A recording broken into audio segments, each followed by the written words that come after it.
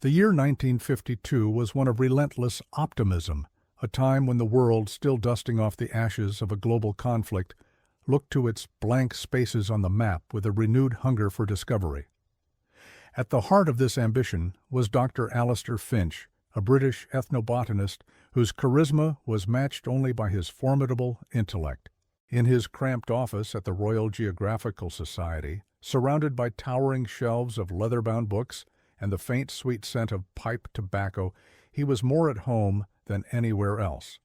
His walls were a testament to his obsession, meticulously charted maps of the Amazon basin with vast swathes of green marked simply as unexplored. Finch saw not a void, but a legacy waiting to be claimed. He was driven, brilliant, and possessed a near-religious faith in progress, a conviction that would soon be tested in the most profound way imaginable.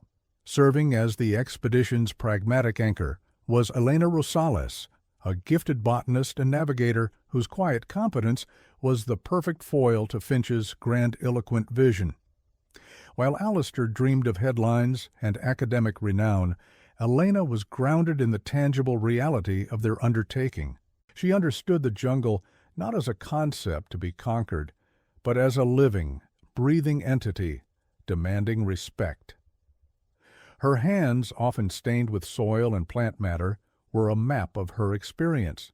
She meticulously inspected every rope, calibrated each compass, and cross-referenced every topographical chart, her focus unwavering.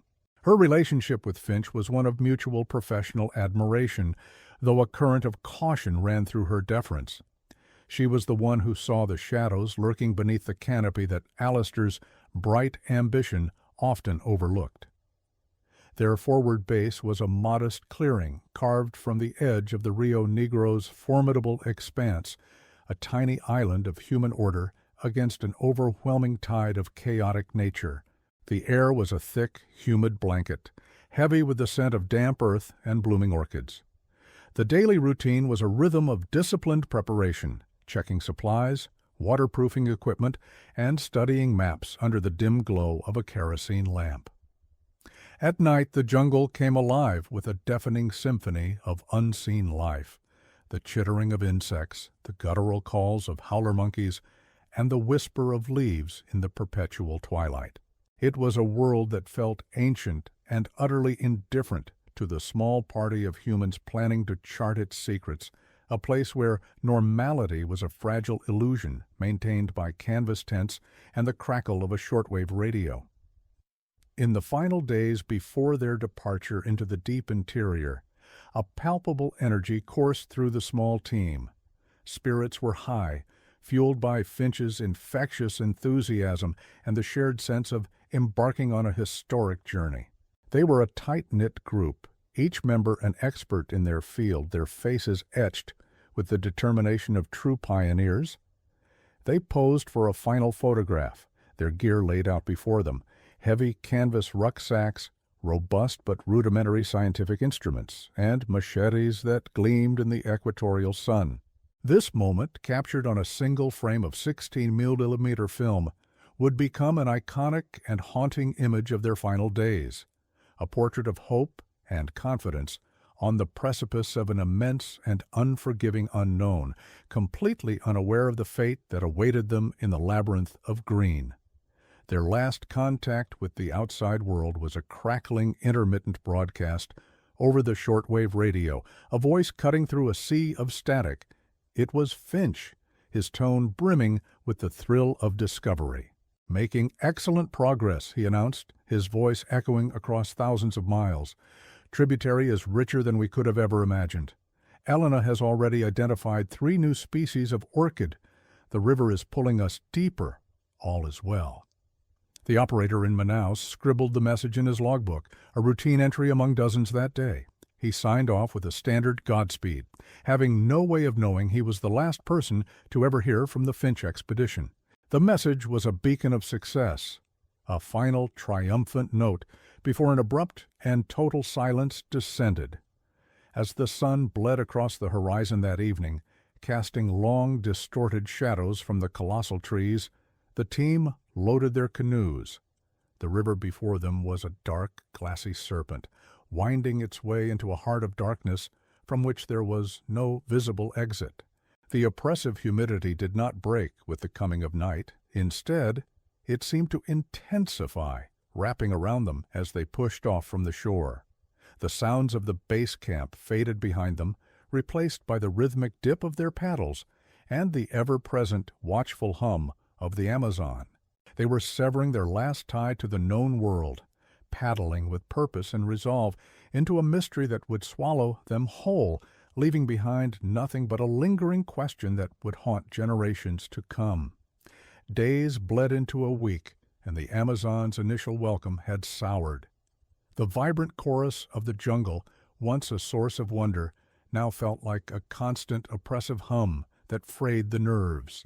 The air, thick with the scent of decay and damp earth, clung to their skin like a second layer, and the relentless humidity sapped their strength, leaving them in a perpetual state of exhaustion.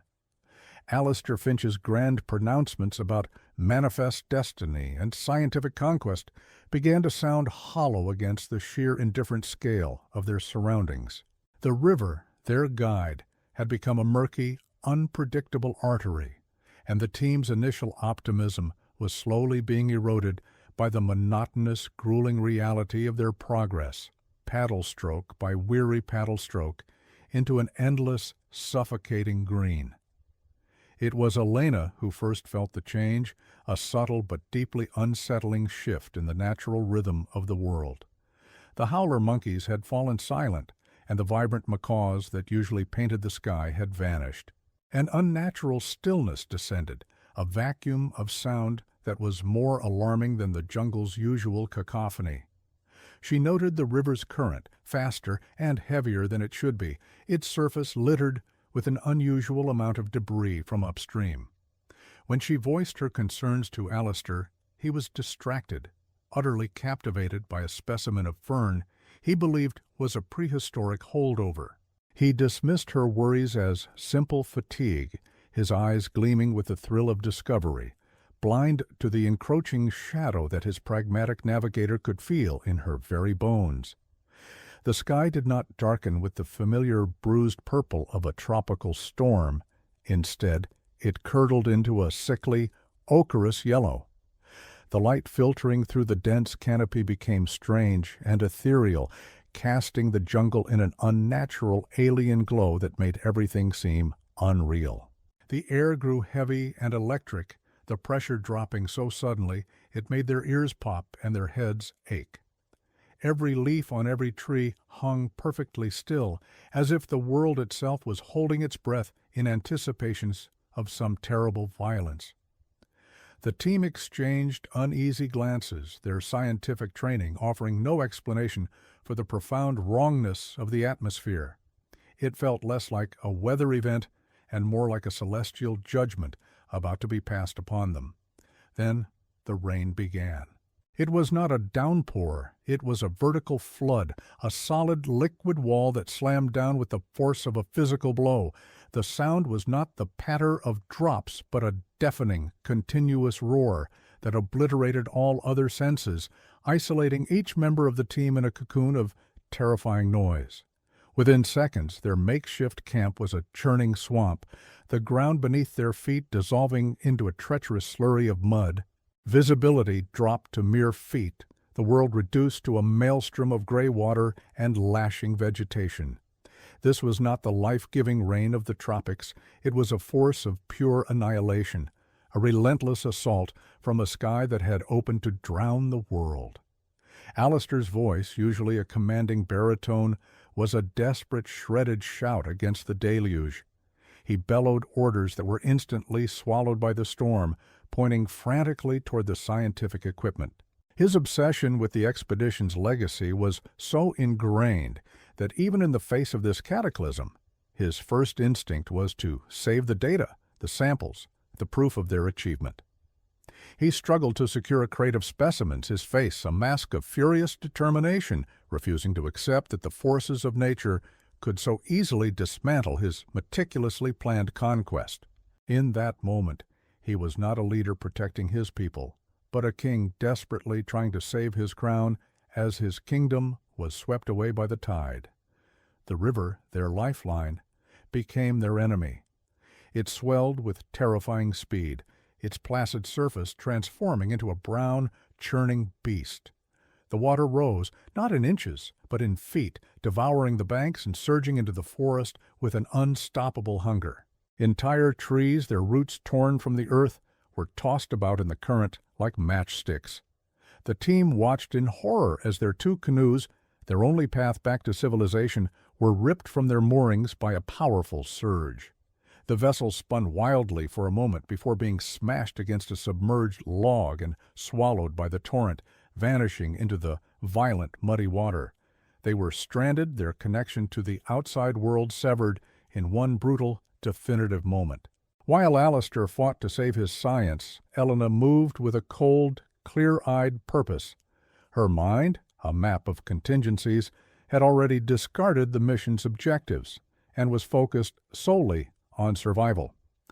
She ignored the expensive instruments and instead grabbed the medical kit, the waterproof satchel containing their maps, and her leather-bound journal, the one thing that held their story. Her movements were economical and precise, a stark contrast to the panicked, chaotic energy around her. She was a navigator without a river, a botanist in a garden that was trying to kill her. A profound sense of loss washed over her, not for the mission, but for the life she had known before this moment, before the jungle had shown its true, terrible power.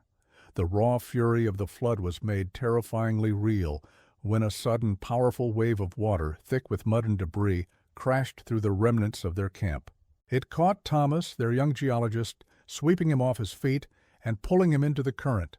His scream was a thin, reedy sound against the storm's roar. Without a thought, another team member lunged, grabbing a fistful of Thomas's shirt and pulling with desperate strength. For a heart-stopping second, it seemed both men would be lost, but together they scrambled back to the relative safety of a large tree root, gasping and trembling. The illusion of safety was shattered. They were no longer observers of a natural disaster, but active participants in a fight for their lives. "High ground!" Alistair finally roared, his voice cracking with a fear he could no longer conceal. "We have to find high ground now!" The order was almost redundant. Instinct had already taken over. They abandoned everything else, scrambling away from the vengeful river, moving deeper into the forest. The jungle floor was a treacherous bog, the rising water sucking at their boots, trying to pull them down. Lashing vines and razor-sharp leaves tore at their clothes and skin as they clawed their way up a steep, muddy embankment. Every step was a battle against the mud, the water, and their own mounting terror. They were no longer explorers. They were fugitives, fleeing a hunter that was everywhere at once. Alistair felt the cold, bitter weight of failure settle in his gut, a feeling more terrifying than the flood itself. He saw the faces of his team, pale and streaked with mud, their eyes wide with the fear he had led them to. His ambition, his relentless drive to carve his name into the blank spaces of the map, had brought them here. The specimens were gone, the equipment destroyed, the canoes lost. His legacy was not one of discovery, but of disaster. A wave of despair so profound it almost paralyzed him, washed over him, but he shoved it down, replacing it with the raw, primal need to keep these people alive. His responsibility as a leader was the only thing he had left to salvage from the wreckage of his dreams. Through the blinding sheets of rain, Elena spotted it, a dark, jagged fissure in a rock face, half hidden by a curtain of dripping vines. A cave. It was a black, silent mouth in the side of the hill, offering a reprieve from the deafening storm and the rising water. It wasn't a choice. It was their only hope. "There!" she screamed, pointing with a shaking hand. "Alistair, there!" Hope, sharp and desperate, surged through the group. They stumbled and clawed their way toward the opening, their movements clumsy with exhaustion and cold. The dark entrance promised shelter and safety, a sanctuary from the elemental rage that had consumed their world. They scrambled towards it, driven by the most basic instinct to escape the drowning light and find refuge in the dark. As they huddled at the cave's entrance, soaked and shivering, Alistair took one last look back. The view was apocalyptic. The world he had sought to chart and understand was now an unrecognizable, churning chaos of brown water and shattered trees. The roar was absolute. There was no sign of their camp, no evidence that they had ever been there. It was as if the Amazon had simply decided to erase them. He turned away from the destruction and faced the profound, silent blackness of the cave. With a heavy heart, he motioned for the others to go inside, leading them out of the storm and into a different kind of unknown. The darkness swallowed them one by one, their flickering headlamps vanishing into the deep, leaving the raging flood behind. The years that followed the disappearance of the Finch expedition were a slow, agonizing bleed of hope. Initially, search planes crisscrossed the suffocating green canopy, their engines a desperate drone against the jungle's indifference. The families of the lost huddled around radios, clinging to every static-laced report, their lives suspended in a state of unbearable waiting.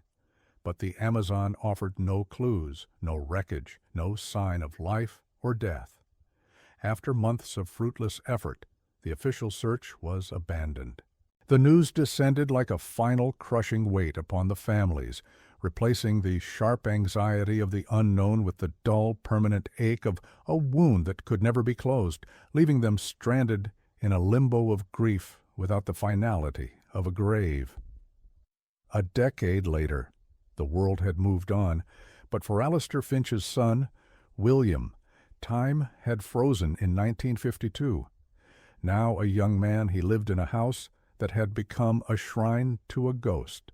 His father's study remained untouched, the pipe still in its ashtray, the maps of the Rio Negro still pinned to the wall, their bold ink lines tracing a path to oblivion. William would spend hours in that room trying to conjure his father's presence from the faint scent of tobacco and old paper. The disappearance was not a historical event for him. It was a daily absence, a silent question that echoed in the empty spaces of his life, shaping the man he was becoming in the shadow of a father he barely knew. As the 1970s dawned, the story of the Finch expedition had curdled from a contemporary tragedy into a cautionary tale, a footnote in the annals of exploration. In university lecture halls, ambitious young academics debated the team's fate with detached, intellectual curiosity. Theories were published in obscure journals. They had succumbed to an unknown pathogen. They had stumbled into a territorial conflict with an uncontacted tribe, or, as one popular theory suggested, they had simply been overwhelmed by a cataclysmic weather event. The human element, the terror, the loss, the love, was stripped away, replaced by academic speculation that treated Alistair, Elena, and the others not as people, but as variables in a historical equation that remained stubbornly unsolved. It was in one of these dusty university archives during the late 1990s that a young historical researcher named Eris Thorne first encountered the case. Buried in a box of decommissioned colonial office files, he found a slim folder marked Finch A, Amazon Expedition, presumed lost. Inside were brittle newspaper clippings, transcripts of the final radio call, and a copy of the expedition's final photograph. For Thorne, it was more than just a historical curiosity. He saw the determined glint in Alistair Finch's eyes and the quiet competence in Elena Rosales' posture. He felt an immediate, profound connection to their story, a sense that their final chapter remained unwritten, and a nascent obsession began to take root in his soul. For Elena's daughter, Sophia, who had been just a child when her mother left, the decades brought a fragile, negotiated peace. She had built a life for herself, had a family of her own, and had learned to live with the hollow space her mother's absence had carved into her heart. Yet the mystery remained a constant, low-grade hum beneath the surface of her daily life. She would sometimes catch herself staring at the horizon, wondering if some part of her mother was still out there, preserved in the jungle's timeless embrace. She had stopped actively searching for answers, finding the perpetual hope more painful than resignation, yet she could never bring herself to fully let go of the ghost that lived in her memory. By the turn of the millennium, the expedition had passed into the realm of myth. Along the tributaries of the Rio Negro, local river guides would point to the dense, forbidding jungle and tell stories of os exploradores silenciosos, the silent explorers. The tale had grown with each telling. Some said their spirits guarded a hidden city of gold, while others claimed they had been transformed by a powerful jungle spirit and still roamed the forest, forever lost between worlds. The facts of the mission had dissolved, replaced by a folklore that served as a stark warning about the hubris of outsiders who dared to pry into the Amazon's deepest secrets. The team had become legends, their humanity lost to the narrative. Meanwhile, Eris Thorne's fascination had blossomed into a full-blown academic crusade. His office was a testament to his obsession, a modern echo of Finch's own. High-resolution satellite images were layered over Finch's hand-drawn maps, and meteorological data from 1952 was analyzed by powerful computer algorithms. Thorne had interviewed the aging children of the crew, including William Finch and Sophia Rosales, his gentle inquiries often reopening old wounds. He felt a heavy responsibility not just to solve a historical puzzle, but to bring closure to the families who had lived in the shadow of the unknown for their entire lives. He was searching not for a team, but for the people they had been. Sophia Rosales would often retreat to her attic on rainy afternoons, opening a worn leather box filled with her mother's belongings. Inside were pressed flowers from the English countryside, textbooks with meticulous annotations in the margins, and a small stack of letters sent from the Amazon base camp. In the last one, Elena wrote not of science or discovery, but of the overwhelming beauty and the deep, listening silence of the jungle. "I feel as if the forest is watching us," she had written, "and I cannot wait to come home and tell you all its stories." Reading those words, Sophia would feel a fresh wave of grief, mourning not just her mother, but all the stories that had died with her in that silence. Thorne, too, felt a particular connection to Elena. Through her scientific papers and the letters Sophia had shared, he had pieced together a portrait of a brilliant, cautious woman who served as the expedition's grounding force. He imagined her final moments, her mind likely racing, analyzing the situation, fighting for survival, with the same methodical precision she applied to her work. He often found himself speaking to her in his mind, promising that he would find her, that he would uncover the truth of what happened in that green labyrinth. It was a deeply personal quest, a dialogue across 60 years of silence with a woman he had never met but felt he intimately knew. The weight of this self-imposed duty was immense. Thorne's obsession had cost him. Relationships had frayed, and academic colleagues viewed his relentless pursuit of the cold case as a professional dead end. In 2005, he had come close to launching a new, privately funded search expedition, pouring his own savings into the venture. He had spent a year planning logistics, securing permits, and assembling a team.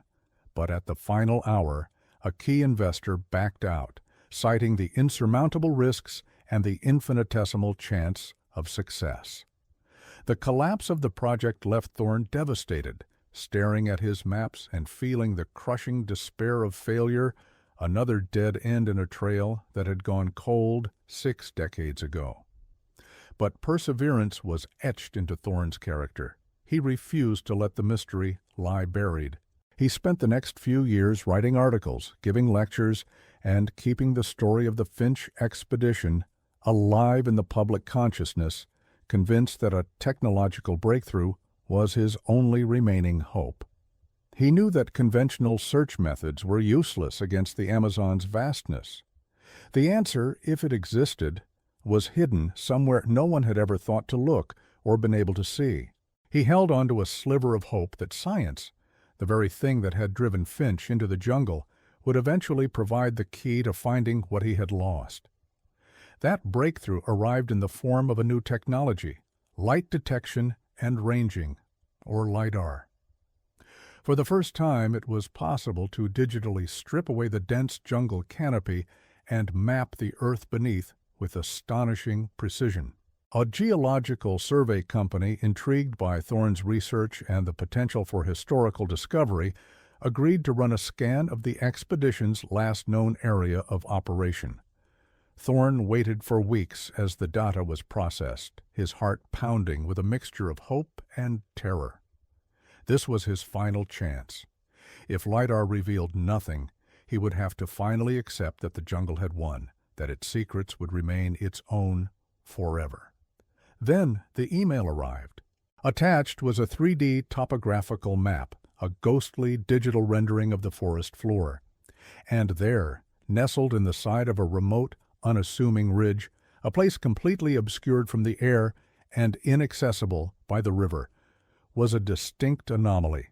The data showed a series of dark pockets, indicating the unmistakable signature of a previously uncharted cave system. Cross-referencing the location with Finch's projected route and the last radio transmission's likely point of origin, Thorne felt a jolt of electric certainty. It was the perfect place to seek shelter from a storm, the perfect place to become trapped, the perfect place to disappear from the world. In 2012, 60 years after the Finch expedition paddled into oblivion, Dr. Eris Thorne found himself in a helicopter, the rhythmic thud of the rotors a frantic heartbeat in his chest. Below him stretched the same endless, intimidating ocean of green that had swallowed Alistair Finch and his team. But unlike them, Thorne had a map of secrets, a digital guide to a place that had remained hidden from human eyes for millennia. As the helicopter began its descent toward the coordinates of the anomaly, he clutched a faded photograph of the team. The long, silent wait was over.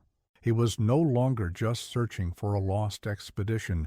He was on the verge of keeping a promise made across generations. The air at the cave's mouth was a physical thing, thick and cool, smelling of wet stone and millennia of undisturbed earth. It was a stark contrast to the suffocating humidity they had just left behind. For Dr. Eris Thorne, stepping across that threshold was like crossing into another time. The rhythmic thud of the helicopter blades faded from memory, replaced by the profound, ringing silence of the deep earth, broken only by the gentle, rhythmic drip of water from a stalactite high above. His heart hammered against his ribs, a frantic drumbeat of 60 years of anticipation. Every story, every theory, every sleepless night spent staring at maps had led to this dark, unassuming fissure in the rock. He felt the immense weight of the moment settle upon him, a responsibility to the ghosts he had pursued for so long. Inside, the world dissolved into a cone of light cast by their powerful headlamps, cutting a swath through an absolute and ancient blackness. The cave was not vast, but a series of interconnected chambers, the walls glistening with moisture and intricate calcite formations that looked like frozen waterfalls. The air was still and heavy, carrying the faint mineral scent of a place that had been sealed from the world. Every footstep echoed, a small, intrusive sound in a cathedral of silence. They moved with a slow, deliberate reverence, their beams of light sweeping across the floor and walls, searching for any sign, any anomaly that would prove this was not just another empty space in the Earth's crust, but a tomb holding a forgotten story. It was a young geologist on his team, Maria, who saw it first. "Doctor," she whispered, her voice barely a breath, pointing her light toward the base of a large flowstone formation. There, half encased in a thin, shimmering layer of calcite, was an object that did not belong. It was a simple, rusted canteen, its canvas strap long since rotted away, but its shape was unmistakably man-made. Aris felt the air leave his lungs in a sharp, painful gasp. It was real. It wasn't a theory anymore. This small, corroded piece of metal was the first physical proof, the first handshake across 6 decades of silence. He knelt, his gloved hand hovering over it, not daring to touch it, as if it were a sacred relic. A shared, unspoken understanding passed between them. This was no longer a geological survey. It was an archaeological site of profound significance. They moved deeper into the main chamber, their movements more purposeful, yet infinitely more cautious. Their lights danced across the uneven ground, painting fleeting pictures on the damp rock walls. The tension was a palpable force, coiling in the pit of Aris's stomach. Every shadow seemed to hold a secret. Every dark corner promised a revelation. He could almost feel the presence of the lost expedition. Their faint whispers carried on the still air. He was walking in their final footsteps, and the thought was both exhilarating and terrifying. A heavy burden of discovery that he alone seemed destined to carry. And then a wider beam caught it, and the entire team stopped, frozen in a collective, silent awe. It was not a chaotic scene of struggle, but one of eerie, heartbreaking order. Against the far wall of the chamber, as if placed there for a long wait, was a small, meticulously organized camp. A heavy canvas rucksack leaned against a rock, its leather straps still buckled. Beside it lay a corroded brass compass, its needle frozen, forever pointing to a north it could no longer find. A neatly folded oilskin tarp, a small stack of metal tins, and a water-damaged book lay nearby. It was a tableau of finality, a ghost camp preserved in the perfect, timeless stasis of the cave, waiting patiently to be found. The sight broke something in Aris Thorne. The professional detachment he had maintained for years shattered, and the raw, overwhelming emotion of his long quest washed over him. He sank to his knees, the beam of his headlamp illuminating the dust motes dancing in the air around the silent camp. Tears welled in his eyes, blurring the impossible scene before him. These were not just artifacts. They were the last vestiges of lives cut short, of hopes and dreams that had ended here, in this cold, silent darkness. He saw Alistair Finch's ambition and Elena Rosalis's quiet strength in these objects. He felt the crushing weight of their final lonely days, and a profound, aching sorrow filled him completely. His team held back, their own breathing seeming too loud in the hallowed space. They were scientists and explorers, trained to observe and document, but they understood that this was a moment of deep, personal catharsis for the man who had willed this discovery into existence. They communicated in silent glances, turning off their helmet cams, giving Aris the privacy to commune with the ghosts he had chased across a lifetime. They began the methodical work of setting up perimeter lights, their movements slow and respectful, transforming the chamber from a dark mystery into a carefully illuminated stage where the final act of a 60-year-old tragedy was about to unfold. Their professionalism a quiet tribute to the scene.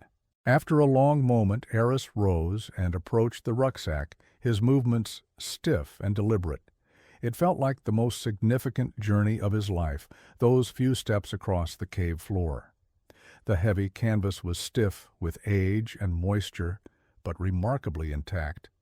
He could almost picture Elena Rosales packing it, her hands moving with practiced efficiency, ensuring every essential item was in its place. He reached out a trembling hand and touched the weathered material, the connection to the past so powerful it was like a jolt of electricity. This bag had been carried on a shoulder, had felt the Amazon rain, had held the last hopes of a person facing the end. His gloved fingers found it almost immediately, tucked into a protected inner pocket of the rucksack. It was a package, carefully wrapped in a thick, dark layer of oilskin and bound tightly with twine. It was heavier than he expected, solid and rectangular. He knew, with a certainty that resonated deep in his soul, what he was holding. This was the one thing he had dared to hope for, the object that could turn artifacts into a story, silence into a voice. It was the reason he had come here. This package, so deliberately protected from the elements, was not just equipment. It was a message, a final testament prepared with foresight and a desperate need to be heard across the abyss of time. The world seemed to shrink to the space between his hands. The team gathered closer, their headlamps creating a single, intense pool of light around him. With painstaking care, using a small blade from his kit, Eris sliced the brittle twine. He slowly, deliberately unfolded the stiff, waxy layers of oilskin. The material cracked and flaked under his touch, releasing a faint, musty scent of canvas and time. And then, nestled within the final layer, was a leather-bound journal. It was damp but whole, its cover swollen and dark with moisture. But on the front, faintly embossed in what was once gold leaf, were two initials, E.R. Elena Rosales. His breath caught in his throat. He held it as if it were made of glass, this impossible object that had survived 60 years in the dark. It was not just a book. It was a life. It was the scientific mind of a brilliant botanist, the steady hand of a skilled navigator, and the heart of a woman who had faced the unimaginable. Within these pages, he knew, lay the answers he had sought his entire adult life. The truth of what happened to the Finch expedition was here, in his hands. The weight of it was immense, a sacred trust passed to him from a ghost. The silence in the cave was absolute as he ran a thumb over the worn leather cover, feeling the profound gravity of what he was about to do. The silence in the cave was now different. It was no longer the empty silence of a forgotten place, but a silence filled with a profound and heavy anticipation. The discovery of the camp had confirmed their fate, but this journal promised to reveal their story. The mystery had not been solved. It had merely transformed, shifting from a question of where they were to the much deeper, more human question of who they were in their final days. Eris Thorne looked at the faces of his team, their expressions a mixture of awe and solemnity, and then back down at the book. The long search was over, but the true journey, the journey into the final words of Elena Rosales, was just about to begin. With the journal resting on a portable, sterile examination table, the cave was transformed from a tomb into a laboratory of ghosts. The air, once filled with the thrill of discovery, now hummed with a tense, almost sacred focus. Eris Thorne and his team worked under the cold white glare of battery-powered LED lights, their movements slow and deliberate, as if any sudden motion might shatter the fragile peace of the last 60 years. Eris felt an almost unbearable weight of responsibility settle upon his shoulders.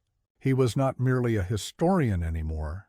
He was an interpreter for the dead, the sole conduit through which Elena Rosales's final story could be told, and the fear of misinterpreting her words, of failing this profound trust, was a cold knot in his stomach. Before the first page was even scanned, Eris was paralyzed by a profound internal conflict. Holding the delicate, water-stained journal, he wasn't thinking about academic acclaim or solving a historical puzzle. He was thinking of Sophia Rosales, a woman who had lived her entire life in the shadow of this book's silent author. He pictured William Finch, whose father's identity was a mosaic of photographs and other people's memories. To open this journal felt like a violation, a prying into the most intimate and desperate moments of a person's life. Was this an act of historical reclamation or one of profound desecration? The line blurred, and he felt like an intruder about to eavesdrop on a final heartbreaking conversation never meant for his ears. The first major obstacle was the journal's own mortality. The pages were fused together by moisture and time, the ink a faded, ghostly whisper on the brittle paper. Any attempt to open it manually would surely turn it to dust. The challenge was immense. They had to read the book without truly opening it. A specialized, high-resolution portable scanner was carefully flown in, a marvel of modern technology set against the ancient stone walls. The process would be agonizingly slow, each page scanned through layers of its neighbors, the data then digitally reconstructed. It was a painstaking race against the journal's inevitable decay, a delicate surgery to save a voice that was moments from being lost to silence forever. The initial entries, once digitally rendered, were a portrait of heartbreaking normalcy. Elena's script was a model of scientific precision, her pages filled with elegant sketches of undiscovered orchids, meticulous notes on water salinity, and celestial navigation calculations. She wrote of Alistair's infectious optimism and the camaraderie of the team, her tone one of professional focus and quiet wonder at the Amazon's overwhelming beauty. For Eris, reading these first hopeful dispatches was an exercise in dread. He was watching a vibrant life unfold, knowing the final tragic chapter was just a few fragile pages away. This glimpse into their initial hope made the knowledge of their ultimate fate feel all the more cruel and devastatingly personal. The fragile bubble of their isolated work was shattered when news of the discovery inevitably leaked. A support team member, overwhelmed by the moment, had sent a single, grainy photo from his satellite phone. Within hours, the story exploded across the globe. The Lost Finch expedition found became a banner headline and the remote cave a focal point of intense international interest. The distant drone of news helicopters became a constant, unwelcome presence, a modern intrusion on the 60-year silence. Suddenly, their scientific mission was a media circus, and Aris found himself besieged not by the jungle, but by the insatiable demands of the outside world, which threatened to trample the sanctity of the site. This external pressure quickly morphed into a bureaucratic nightmare. Officials from both the Brazilian and British governments began making formal inquiries, each laying a claim to the artifacts and, more importantly, to the narrative. They saw a story of national pride, a historical event to be managed and presented.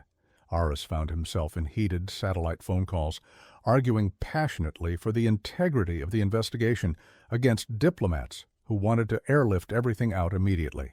He was no longer just a researcher. He was the fierce guardian of the team's final resting place, fighting to prevent their story from being sanitized and packaged for public consumption before it was even fully understood.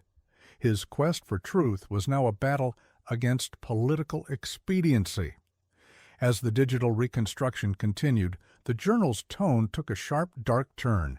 Aris watched as Elena's neat, controlled handwriting began to fray, the letters becoming more hurried, the sentences more fragmented. He read her account of the storm not as a meteorological event, but as a malevolent entity, a roaring liquid sky that intended to erase them. She described the horrifying moment the canoes were ripped away, calling them their tether to the known world. The scientific detachment vanished, replaced by a raw, primal fear. Eris felt a chill crawl up his spine as he read her words. The catastrophe was no longer an abstract theory, but a vivid, terrifying reality unfolding before his eyes. Within these panicked entries, Eris uncovered a deep, simmering conflict. Elena wrote of a furious argument with Alistair in the moments before the flood peaked. She had urged him to abandon the camp and seek high ground immediately, her navigator's instincts screaming that the river was about to surge. Finch, however, was obsessed with saving his crates of specimens, his academic legacy. He had refused, believing the storm would pass, unable to accept that his meticulously planned expedition could be so easily undone by mere weather. He sees conquest, Elena wrote, while I see a world that does not care if we live or die. It was a devastating glimpse into the fracturing of the team under pressure. The investigation took an even more mysterious turn when Eris deciphered a passage from their first night in the cave, written before they knew they were trapped. Elena described strange, geometric carvings deep within the main chamber, patterns that were clearly not natural formations. They were ancient, covered in moss, and seemed to depict celestial alignments. She had been fascinated, but Alistair, his mind still fixated on the lost equipment and the ruined mission, had dismissed her finding as irrelevant. He forbade her from wasting time on native superstitions. This new element, a potential archaeological discovery within their own story, added a bewildering layer to the tragedy, suggesting they had stumbled into a much older mystery. The weight of the investigation began to consume Ares. He barely slept, and when he did, his dreams were a chaotic torrent of roaring water and flickering headlamps in suffocating darkness. He saw the faces from the faded 1952 photograph, their expressions shifting from hope to terror. He would wake up with the echoes of their imagined voices in his ears, his heart pounding in the silent cave. The line between his role as an objective observer and a participant in their tragedy had completely dissolved. He was living their final days alongside them, 60 years late, and the emotional toll was hollowing him out, leaving him exhausted and haunted by the ghosts he had sworn to honor. A significant breakthrough came from the technical team. Using advanced multispectral imaging on the scans of a particularly water-damaged page, they managed to reveal text that was completely invisible to the naked eye. The page was from the period just after the storm, and the effort to recover the words had been a painstaking, day-long process. When the final enhanced image appeared on the laptop screen, the entire team gathered around, holding their breath. It felt as if they were willing the words into existence, pulling a single crucial sentence back from the abyss of time. This small victory against the decay felt monumental, a testament to their persistence and a promise that no detail would be left behind. The recovered text was a gut punch, delivering the truth of their entrapment with stark finality. "The earth groaned," Elena had written, her words now chillingly clear. Not a rumble of thunder, but a deep final sigh from the mountain. Then the sound of 1,000 trees breaking at once. She described the rockslide that had sealed the cave's entrance, the shower of dust, and the sudden, absolute darkness that followed. "The air is thick now," the entry concluded. "The silence is heavier than the rock. The sky is gone." The hope of being found, of rescue, had not faded slowly. It had been extinguished in a single terrifying moment of geological violence, sealing their fate. Ares knew he could no longer shield the families. With a heavy heart and trembling hands, he made the satellite call to Sophia Rosales and, later, to William Finch. He spoke slowly, his voice measured, explaining the discovery of the journal and the irrefutable evidence that they had been trapped. He did not read from the journal, but he conveyed its truth. The calls were filled with long, aching silences, the sound of quiet weeping, and the profound, sorrowful weight of a 60-year-old question finally being answered. It was the hardest thing he had ever had to do, delivering a closure that was both a long-awaited gift and a final devastating confirmation of loss. Just as Ares believed the primary story was coming into focus, his geologist Maria made a startling discovery. While methodically cataloging the contents of Elena's rucksack, her fingers felt a small, hard lump sewn into the canvas lining near the base. It was deliberately hidden. With surgical precision, she cut the thick threads and extracted a small, tightly rolled cylinder of oilskin, no bigger than her thumb. This was not part of the main journal. It was a separate, concealed message. A cold dread washed over Ares. He realized with a jolt that Elena's carefully maintained log might have been for the team, for history. This hidden note was for someone else, and it likely contained the truth she couldn't bring herself to write in the main book. The air in the cave, once charged with the thrill of discovery, grew taut and heavy with a new kind of anticipation.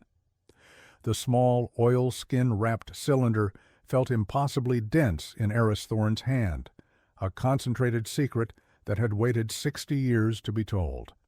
The main journal had been a logbook, a history, This felt like a confession.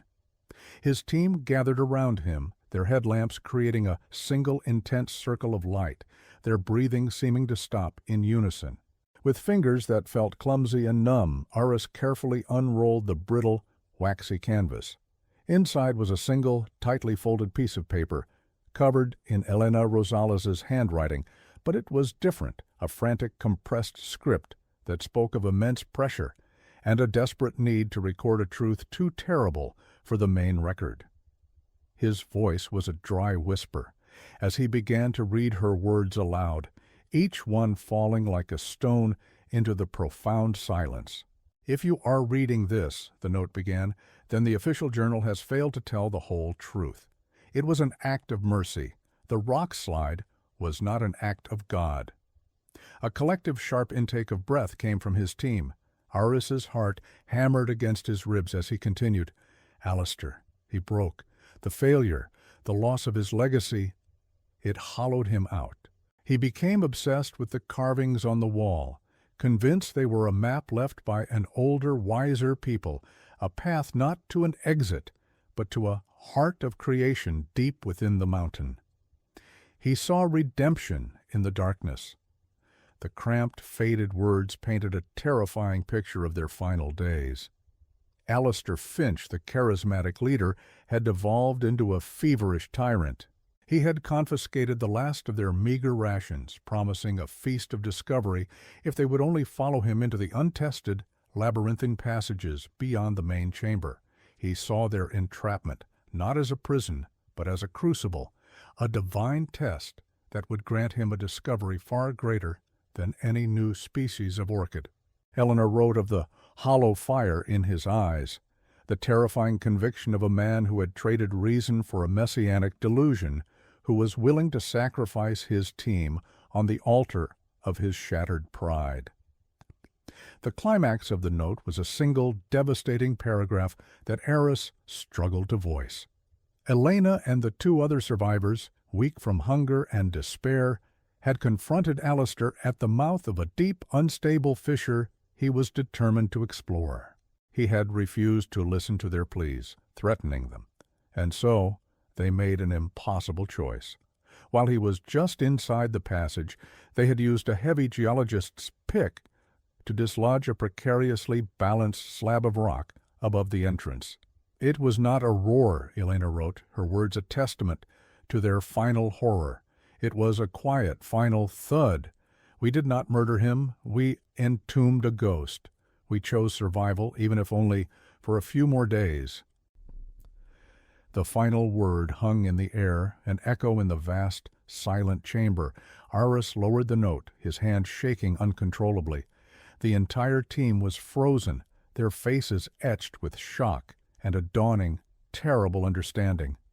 The neat, tragic story of an expedition lost to nature had been violently rewritten. This was a story of human desperation, of a descent into madness, and of a horrifying act of self-preservation. Maria, the geologist, slowly turned her headlamp toward the dark, unexplored recesses of the cave, and for the first time the darkness felt not empty, but occupied. It was a tomb within a tomb. The weight of Elena's 60-year-old secret settled upon all of them, a chilling physical presence in the cold air. In that moment, Aris Thorne finally understood. The main journal wasn't a lie. It was a shield. It was Elena's final gift to the families of her team, a carefully crafted narrative of unity and tragic accident, designed to preserve the memory of the men they were, not the monsters they had become or the terrible choices they had made. The hidden note was her own personal absolution, a desperate whisper across time, asking for understanding, not judgment. Aris felt a wave of profound, aching empathy wash over him. His long, obsessive quest had not been to find a lost explorer, but to find this impossible moment of moral clarity and to bear witness to the unbearable burden Elena had carried into death. With a newfound resolve, Aris carefully placed the fragile note into a protective sleeve. He looked at his team, their faces still pale with the revelation, and made a decision that would define the legacy of his own work. "The main journal is the official record," he said, his voice firm, cutting through the silence. "Its contents will be released. This," he held up the sleeved note, "this is for their children. It's not for history. It's for them." He turned and looked one last time toward the dark sealed passage where Alistair Finch had met his end.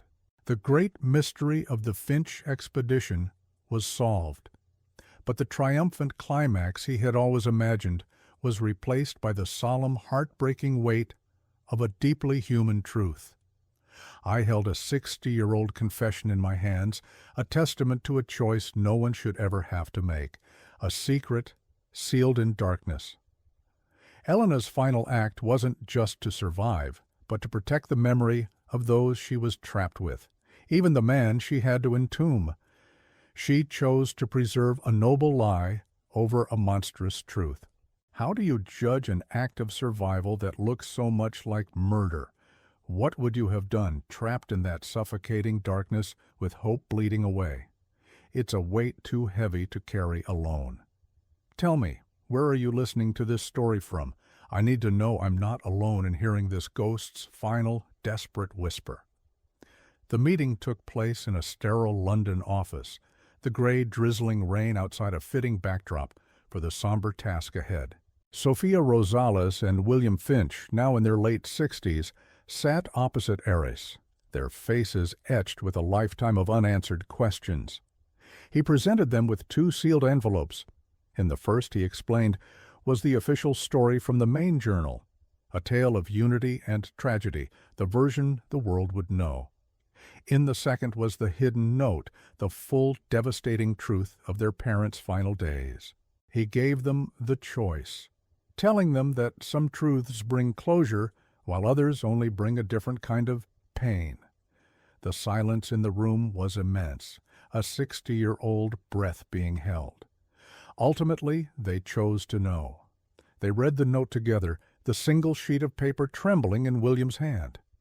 The revelation did not bring tears, but a profound, hollow stillness. For Sophia, it was a moment of terrible, clarifying grief. She finally understood the impossible strength of the mother she barely knew, a woman who made a monstrous choice to save others. For William, it was a far more complex reckoning. The heroic, pioneering father of his imagination was replaced by a broken man, a figure of terrifying desperation. The discovery had not given him back his father. It had introduced him to a stranger, forcing him to mourn a man he thought he knew all over again. The world received the story Elena had intended for it. The Finch expedition was celebrated as a symbol of heroic endurance, a team united to the last, victims of a cruel twist of fate. Museums displayed the recovered artifacts, the rusted canteen, the frozen compass, crafting a narrative of noble sacrifice. Eris Thorne oversaw it all, a silent custodian of the more complex truth. He gave interviews, wrote articles, and helped establish a memorial, all while guarding the secret that lay beneath the public legend. He understood that his discovery was not about correcting the historical record, but about delivering the right truth to the right people, realizing that history's greatest duty is sometimes a compassionate silence. Aris never led another expedition. The insatiable fire of academic curiosity that had driven him for decades had been quenched by the cold, dark truth in that cave. He had found what he was looking for, and it had changed him irrevocably. He now understood that the blank spaces on the map were not voids to be filled with names and dates, but sacred spaces that held stories far more complex than any explorer's log could capture. He spent his later years teaching, urging his students to look beyond the artifacts and data, to seek the fragile, flawed, and profoundly human heart that beats at the center of every historical mystery. A lesson learned 60 years late in the Amazon's silent embrace. In the end, the Amazon keeps its deepest secrets. The story of the Finch expedition became 2 distinct tales, a public legend of heroism and a private history of human frailty, survival, and a final, merciful lie. Both were true in their own way. For the world, the explorers remained frozen in time, their hopeful faces staring out from that final photograph. But for their children and for Eris Thorne, they are remembered not for how they died, but for the impossible choices they made in the face of an unforgiving darkness. The jungle had swallowed them whole, but in the end it was an act of human grace, a story written in a hidden note that offered their souls a final quiet release.